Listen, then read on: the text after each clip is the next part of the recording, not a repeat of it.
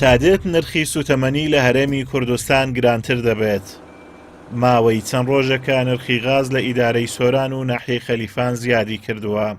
هەر بوتڵێکی غاز بە 9500 دینار بە هاوڵاتیان دەفرۆشرێت. هاوڵاتیان دەڵێن ڕۆژ دوای ڕۆژ حکوومەت بە بەرنامە نرخ زیاد دەکات.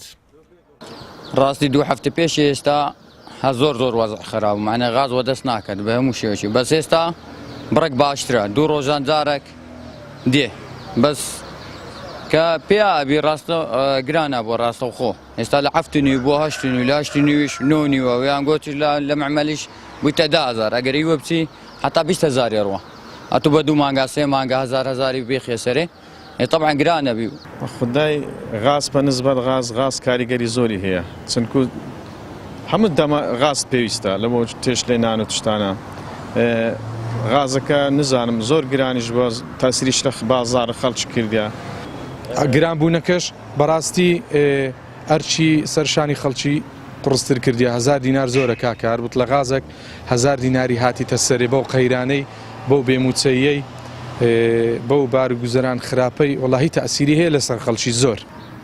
لای خۆیەوە قایمقامی سۆران دەڵێت گرانبوونی غاز کاتیە و بۆ ماوەی 10 ڕۆژ بەردەوام دەبێت. هۆکارەکەشی دەگەڕێتەوە بۆ کەمی ئەو بڕەغازەی بە سۆران دەدرێت. تەمان لە دوای 23ەوە ئەو بڕەغازەی کە پێویست بوو بۆ دابینکردنی غاز بۆ هاوڵاتیان کەمتر بۆتەوە ئەو بڕەغازی پێویستمان کەمتر بەدەست دەگاتن لە مرکزەوە بۆ ئەوەی کەوا بتوانین دابەشکەین بەسەر بازار و هەروەها بەسەر ماڵانیشدا بۆ ئەمە بەستە بۆ پڕکردنەوەی ئەم بۆشاییە کۆبوونەوەی لیژنەی سوتەمەنیمان ئەنجامدا و دواتر گەیشتینەوە ئەنجامێکەوە بە شێوەیەکی کاتی بۆ ماوەیەکی کەم چەند تانکەرێک غازی تیجاری بەکاربێنین بە هەماهەنگی و تێکەڵاوی لەگەڵ ئەو غازە پاڵپشتی کراوەی کە بۆمان دێتن بۆ ئەوەی بتوانین کێشەی غاز دابین بکەین و نرخەکەشی لەسەر هاوڵاتیان کەمتر بکەوێت بۆ ئەمە بەستا ئێمە ئێستا نرخی غازەکە تەوزیع دەکەین بە 9500. دەسەڵاتدارانی هەرێم هەرچی سامان و نەوت و غازی ژێرزەوی هەیە بە دەرەوەی هەرێمی دەفرۆشن و لەسەر هاوڵاتیانی خۆشیان گران دەکەن و قەیرانیان بۆ دروست دەکەن. قەیرانی غاز لە کاتێکدایە هەرێم بانگەشەی ئەوە دەکات ئامادەیە غاز بۆ ئەوروپا دابین بکات.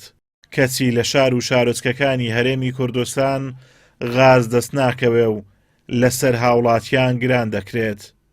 ئازاد ئۆمەراوی کەناڵی ئاسمانی پەیام، سۆران.